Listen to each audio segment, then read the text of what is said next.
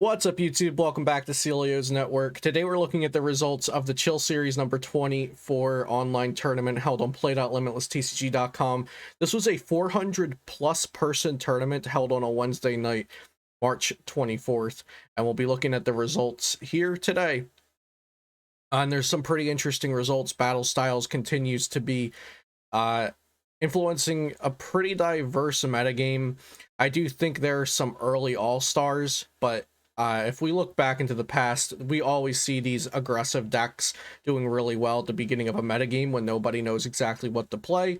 And I think people are ironing out some of the newer lists like Urshifu and the Dragapult variants that are good again because of the decline in Eternatus, and of course the Victini vmax variants, which have been kind of the early all-stars from Battle Styles. So we'll be looking at these results today. First, shout out to PotownStore.com, the best place for you to get PTCGO codes. Be sure to use code CELIO for 5% off, and also make sure you subscribe to this channel for daily Pokemon TCG content, and leave a like and a comment if you enjoyed the video and you want to help other viewers see the video. So as you can see here, Decidueye ended up winning the tournament. I think we'll look at the top 16 decks today. But first, before we start looking at the individual lists, we'll just look at the metagame breakdown real quick. So Zacian ADP was the most popular deck, and I think this is logical. I think it's fine that Zacian ADP is the most played deck because it's strong, aggressive, it doesn't have many auto losses, and it can take advantage of the suboptimal lists that are coming out because of all the new cards people are trying. So Zacian ADP also had a really good win rate. Had a lot of high placements, 3 people in the top 8, and a top 16, a top 3 top 32s. Lots of good records from Zacian ADP.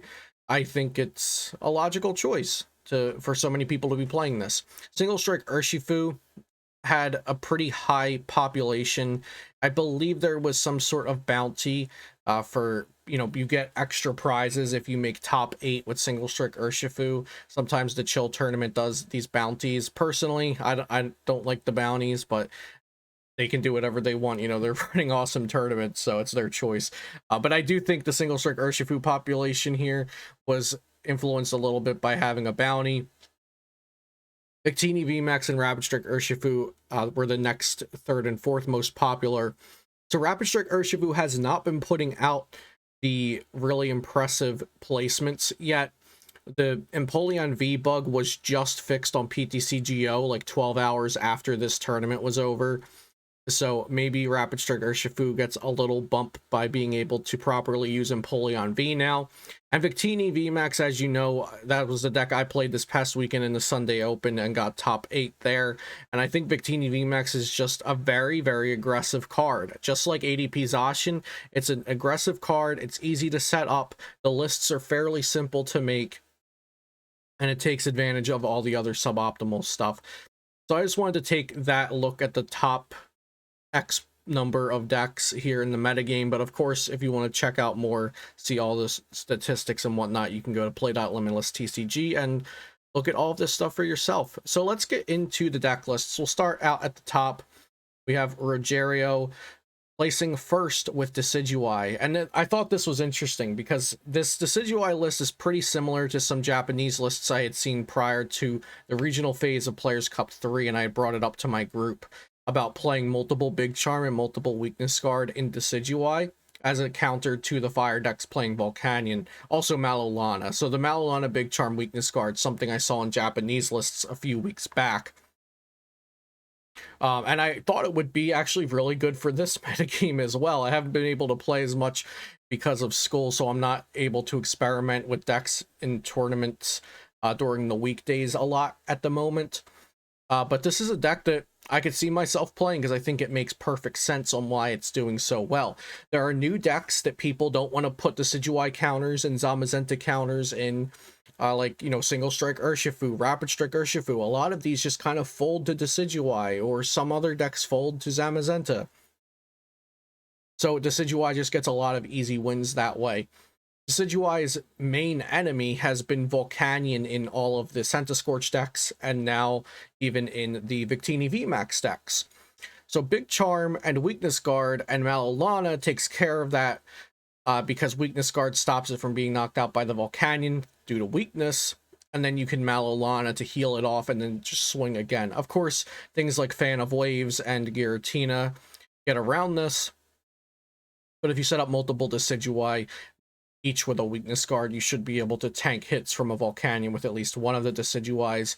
Now, for the extra text in here, this omits having Obstagoon in the deck as well, but no Obstagoon means that those Dark Energy can become Weakness Guard energy, and then you have extra room for the Malolanas and Big Charms to just try to help your Decidueye live against the text that your opponent does have. And also Level Ball adds some consistency to the deck as well, so really like this Decidueye list, and I think this is close to what I would play if I were to play Decidueye right now, which I actually did consider playing Decidueye for the Sunday Open, which I ended up playing Victini VMAX for, just because I thought people would not be playing Decidueye counters and there'd be a lot of free wins for Decidueye. Eternatus, which, let's go back and look at the metagame. Eternatus, there were only 8 Eternatus in a 400-person tournament, so 2% of the metagame, and Eternatus ended up getting 2nd place. Also, note, Brazil had 1st and 2nd place in this tournament, so shouts out to Brazilian players, you're doing something right. So a straightforward Eternatus list, except it includes 1 Phoebe and 3 Weakness Guard energy to combat all the Urshifus that they were expecting. Now, Single Strike Urshifu is probably still an issue just because it swings an incredible amount of damage. So sometimes the weakness won't matter there, because if they have all 4 Single Strike energies on, they're going to knock out an Eternatus regardless if there's Weakness Guard energy or not. But the Weakness Guard energy definitely helps against Rapid Strike Urshifu, and it makes it harder for Single Strike Urshifu to take the knockout, of course. Phoebe allows you to swing through a Decidueye or a Zamazenta, but it only works once and there's no way to get supporters back. So as you can see, this fell to Decidueye in the finals. I don't love Phoebe if it's there for a Decidueye counter, but I suppose it's fine as a Zamazenta counter. If you aren't aware of what Phoebe does, we'll click on it and take a quick look. It's a supporter that reads during this turn, damage from your VMAX attacks are not affected by any effects on your opponent's active. So this means you can swing through Decidueye, you can swing through Zamazenta with your Eternus VMAX, but I really don't love the card here, but the rest of the list I think is pretty good. I'd probably just replace the Phoebe with a 4th Marnie, because I don't think the Phoebe is going to win you these matchups most of the time. But shouts out to, you know, the top 2 Brazilian players getting 1st and 2nd here, and this newer kind of variation on an old Eternatus list. They're still playing hammers. Everything else pretty much looks the same except 3 Weakness Guard energy and the Phoebe. Don't love the Phoebe. I think the Weakness Guard energy are almost necessary right now. Then we have a slew of ADPZ lists. I know Gabe Shumway and Devon and Gabe Smart down here somewhere, they all played the same list with 4 escape ropes, similar to what Zach Cooper played in the Hexter tournament. I think this is probably the correct list to play, or very close to it. 4 escape rope is great because if your opponent has a lot of weak things on the bench, that's a turn where you don't need to hit boss's orders. Also, Empoleon V is very important because with Altered Creation's buff, this knocks out Centiskorch VMAX and Victini VMAX, whereas a Milotic would only knock out Centiskorch. So this hitting 2 popular fire decks in the format, plus hitting Reshizard in the Tempozard decks, Empoleon V is definitely worth a spot, in my opinion. The only thing I would consider is Marnie or Skyla better in this slot, because Skyla can grab you Sword, Great Catcher, Rope, Energy Switch, Energy Spinner, Saucer. It can grab you a lot of important cards, but having the option to disrupt with Marnie is also something strong to have around. Also in top 8, there was a Mu3 Welder, which this is one of the other decks like I was talking about. This is a deck that just pops up at the beginning of a metagame because it's aggressive. It's been built pretty much the same way for like a year and a half, going on 2 years probably at this point. It's a deck that people know how to run, they know how to build it, and it's aggressive. So it's good in the beginning of new sets coming out because people are building suboptimal lists, trying new ideas that might not be fully hashed out. So really no new cards being added to this aside from Escape Rope. and not a surprise for me that a lot of Welder decks are very good in the beginning of this new metagame. In 7th place, we have a straight Dragapult list. Different than my straight Dragapult list, but I definitely respect the decisions in here. I like the 2 experience share and the note that they have to kind of not the note, the consciousness of experience share not being as good if you're playing 4 horror, 4 basic, and they're playing 3 horror, 5 basic to up the usefulness of experience share. So I like that a lot. The Blound seems like kind of a pipe dream to me, that you have to get the experience share onto the Blound, then the Dragapult's knocked out, then you use the Blound, then maybe you get the experience share on the next Dragapult V. A lot of things working out the right way with XP share and having the basic energy. But I do love Blacephalon. I've been working with that in a couple of lists of my own. It looks like a pretty straightforward list aside from the experience share. I think the Crushing Hammers are just kind of a given in Dragapult at this time. It's one of the decks in the top that are consistently playing Crushing Hammers right now. I do like the 1/1 Urshifu line I've been experimenting with in straight Dragapult, and I also really like the Mimic UV when you're playing multiple stamps, multiple power plants, and the full set of 4 Marnie. But this deck did make it to top 8 without those cards, so perhaps those cards are extraneous and not absolutely necessary. And they might just be cool cards that you can try. But the cute tech kind of, or like the tech card here that we saw was the Blacephalon. And then in 8th place, we had a Lapras VMAX deck, and I don't remember the last time I reported on a Lapras VMAX making top 8. It possibly could have been never, because Lapras VMAX has been so held back by Pikarom, but Lapras VMAX is finally up here in top 8. It only took it a year, but it got up here to top 8.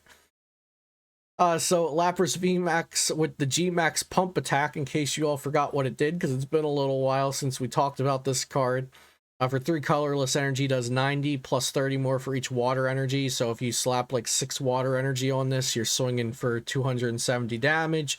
It's just trying to do big numbers quickly. So it has the 4 Capacious Bucket and the Frostmoth, and the 1 Keldeo as a backup attacker. So it's just all about powering up Lapras with a whole ton of energy on it.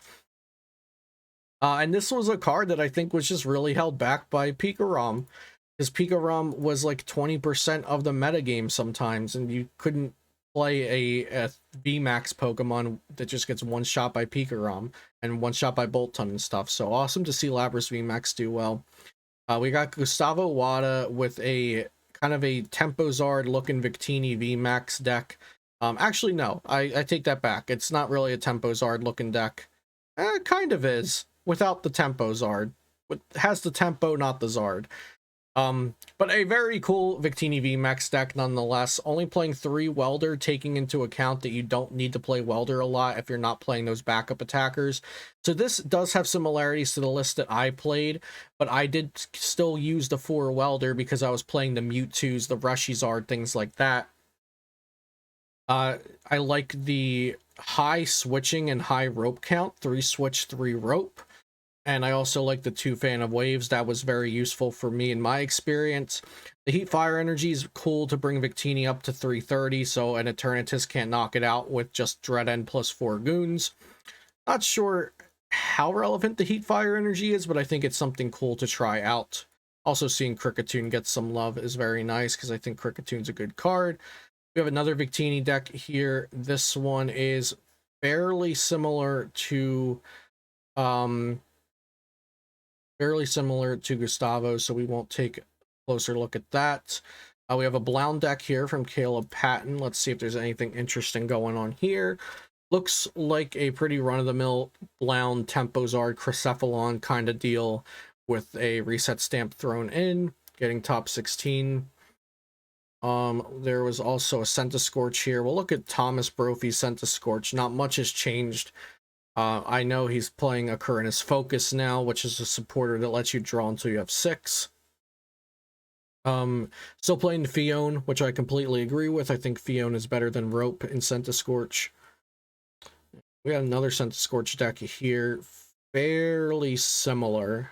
Has the Reshizard, which I think Brophy was also playing, but I don't think Thomas had the cramorant. Let me go back and check for that. Yeah, Thomas did not have the cramorant. The 12th place does, though. And then in 16th place, there is a single strike Urshifu VMAX deck, which we'll definitely take a look at here. 4-3 single strike Urshi, 4-3 Houndoom. I think the Tyranitar is a great inclusion. I've seen people even focusing on the Tyranitar, and I definitely feel like that's correct, with Dragapult being a very good deck again. So I definitely think single strike decks should be considering 1 or 2 Tyranitar Vs. The memory capsule is cool because you get to use single strike Urshi's attack to accelerate some energy in kind of a lull turn, and then take a hit maybe, and then go Gigantamax 1 blow or whatever. Yeah, Gmax 1 blow. So pretty standard looking list. Has the T-Tar, which we've seen in some lists. I think it's correct though. Not too sure on the memory capsule. Probably just play the 4th Houndoom for consistency. Probably play the 4th Urn for consistency. Other than that, looking good. And that's probably where we'll wrap up this video today. We see Rapid Strike decks placing in the top 32 and top 64, but not really breaking into the top 16, unfortunately. I do think Rapid Strike decks still need some work. I've been working on mine as much as I can in my free time, so hopefully I'll get to play one in a tournament soon. But Rapid Strike is definitely an awesome card. It's just taking some time for people to break into the top placements with it.